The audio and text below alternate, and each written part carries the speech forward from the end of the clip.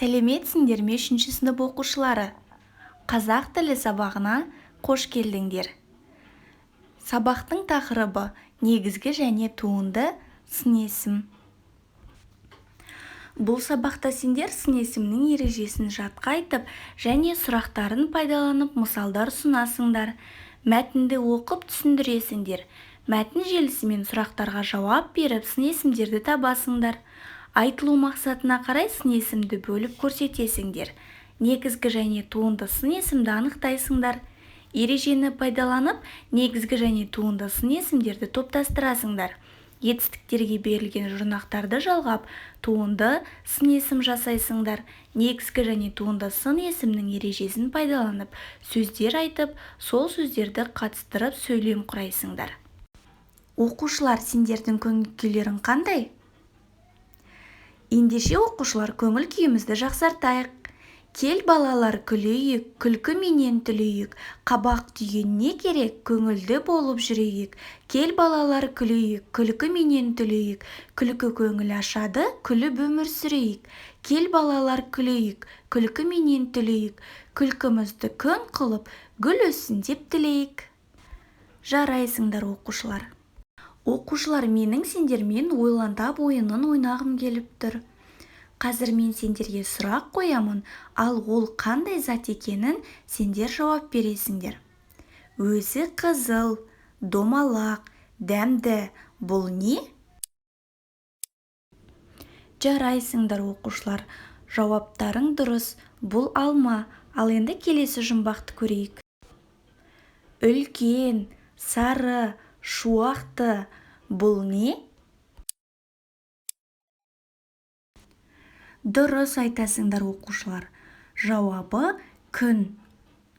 Балалар, айтыңдаршы, сендерге осы жұмбақты шешуге қиынға соқты ма? Әрине жоқ. Себебі жұмбақтың жауабы болатын зат есімдерді анықтайтын сөздерді қолдандық. Мұндай сөздерді қазақ тілінде сын есімдер деп атайды. Қане енді оқушылар, сын есімнің ережесін есімізге түсірейік. Сын есім дегеніміз заттың сынын, сапасын, түрін, түсін, салмағын анықтайды.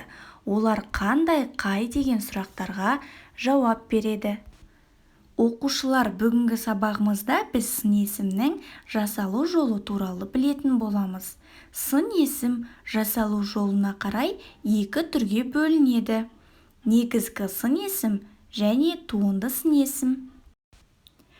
Оқушылар, осы айтқанымызға мысалдар келтіру үшін жаңағы жұмбақтағы сын есімдерімізге қайта оралайық. Міне керемет, бұл сын есімдер екі топқа бөлініп тұрып қалыпты. Қане ойланыңдаршы, неге олар екі топқа бөлінген? Бірінші топтың ішінде қызыл, сары, үлкен деген сөздер орналасса, екінші топта домалақ, дәмді, шуақты деген сөздер тұр. Маған сендердің көмектерің сондай қажет болып тұр. Қане ойланып көрейік. Балалар, сендердің ойларың дұрыс. Бірінші топта тек қана түбірден тұрған сөздер сын есімдер орналасыпты. Ал екінші топтағы сын есімдерге дәм, шуақ деген екі зат есімге д, т деген жұрнақтар жалғанып, қандай, дәмді, қандай, шуақты деген туынды сын есімдер жасалынып тұр. Жарайсыңдар оқушылар. Енді видеороликке назар аударайық. Сын есім заттың түсін, көлемін, салмағын, дәмін, пішінін білдіретін сөздер сын есім деп аталады. Сын есімдерге қандай, қай деген сұрақтар қойылады. Түсі қызыл, сары, ақ. Көлемі кіші, үлкен, ұзын. Салмағы ауыр, жеңіл. Дәмі ашы, тәтті, қышқыл. Пішіні сүйір, сопақ, домалақ. Дана, мына кестеге жинаған сын есімдердің барлығын қалай атайтынын сен білесің бе? Жоқ, білмеймін. Бұлар негізгі сын есімдер, яғни түбір сөзден болған сын есімдер негізгі сын есімдер деп аталады. Жақсы, бұлар негізгі сын есімдер. Одан басқа да сын есімдер бар ма? Сен күшігіңді ақылды деп едің ғой. Осы ақылды сөзі туынды сын есім болады. Ол түбір сөзге жұрнақ жалғану арқылы жасалып тұр. Сын есім негізгі және туынды болып екіге бөлінеді. Түбір сөзден болған сын есімдер негізгі, түбір сөзге жұрнақ жалғану арқылы жасалған сын есімдер туынды сын есімдер деп аталады. Сонда қандай жұрнақтар жалғауға болады? Сын есім жасау үшін зат есім мен етістікке жұрнақ жалғаймыз. Зат есімге л, д, т, сіз жұрнақтарын жалғаймыз.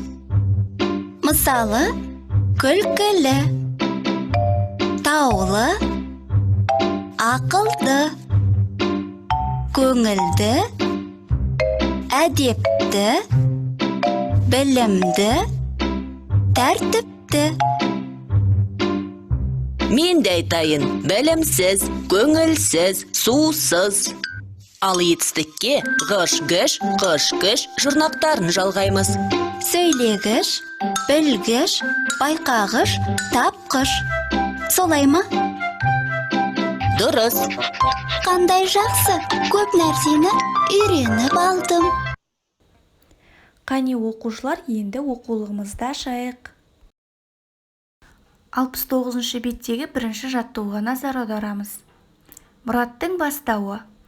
Ойын алаңының арғы жағындағы кішкене жартастың бір топ құрақ өсіп тұрған. Бірде соның жанына барып демалып отырдық. Бұрын осы жерде бастау болған дейді атам. Әне, жер тымданып жатыр.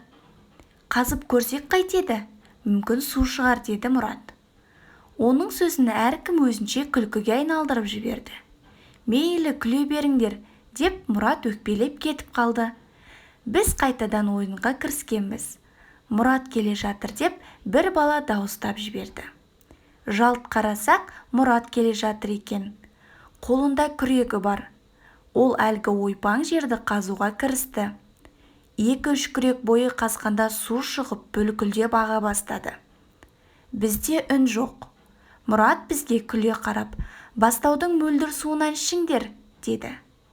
Біз бастау суын қос уыстай іліп алып ішіп жатырмыз. Салқын су қандай тамаша десеңші. Нағашыбек Қапалбековтен. Жаттығу бойынша сұрақтарға жауап бер. Балалар қай жерде ойнады? Балалар жартас жанында ойнады. Балалар ойнаған алаңда бұрын не болған? Ол алаңда бұрын бастау болған. Мұрат бастаудың қандай белгілеріне қарап тапты? Мұрат бастаудың жердің тымданып жатқан белгісіне қарап тапты. Мұраттың бастауды табуына оның қандай қасиеттері көмектесті? Мұраттың көрегенділігі, ақылдылығы, данышпандылығы және еңбексүйгіштік қасиеттері көмектесті. Бұлақ суының адамға қандай пайдасы бар? Бұлақ суының адамның денсаулығына, дертіне шипа болатын қасиеті бар. Мәтіндегі сын есімдер кішкене, ойпаң. Оқушылар, келесі 70-ші беттегі екінші жаттығуға назар аударайық. Сулы жер, нулы жер. Ну дегеніміз қалың тоғай. Тоғай ішік көңілді. Мәтінді көркем жаз. Қарамен жазылған сөздерді сөз құрамына талда. Олар қай сөз табына жататынын анықта. Бұл сын есімдердің құрғақ, қалың деген сын есімдерден өзгешелігі неде деп ойлайсың? Қане балалар, кішкене ойланып көрейікші? Жарайсыңдар оқушылар. Су не зат есім, л жұрнақ. Ну не зат есім, л жұрнақ. Көңіл не зат есім, д жұрнақ. Оқушылар, енді келесі 3-ші жаттығуға назар аударамыз. Берілген негізгі және туынды сын есімдерді салыстырып, олардың ұқсастығы мен айырмашылығын тап. Жаңа, көк, әдепті, сүтті, атақты, жүйрік, көктемгі сөздерін негізгі және туынды сын есімдерге бөліп орналастырамыз. Жарайсыңдар оқушылар. Негізгі сын есімге жататын жаңа, көк, жүйрік. Туынды сын есімге жататын сөздер әдепті, сүтті, көктемгі, атақты. Жарайсыңдар оқушылар, енді кім жүйрік ойын ойнап көрсек. Осы сөздерден өзіміз туынды сын есім жасап көрейік. Дәл таптыңдар оқушылар, ақылды, көкшіл, сөйлегіш. Оқушылар, осымен сабақ аяқталды. Енді сабағымызды қорытындылай келе, мынандай сұрақтарға жауап беріңдер. Сын есімдер қандай екі топқа бөлінеді? Қандай сын есімге жұрнақ жалғанады? Жарайсыңдар оқушылар. Сабақ соңында табыс ағашы кері байланысындағы сабақ өте қызықты болды, маған ұнады, тапсырмаларды өзім орындадым десеңдер, қызыл түсті алманы. Маған сабақ ұнады, бірақ аздап қателер болды. Маған мұғалім мен оқушылар көмектесті десеңдер, сары түсті алманы. Маған сабақ қызықсыз болды, мен тапсырмаларды орындамадым десеңдер, жасыл түсті алманы жіберіңдер.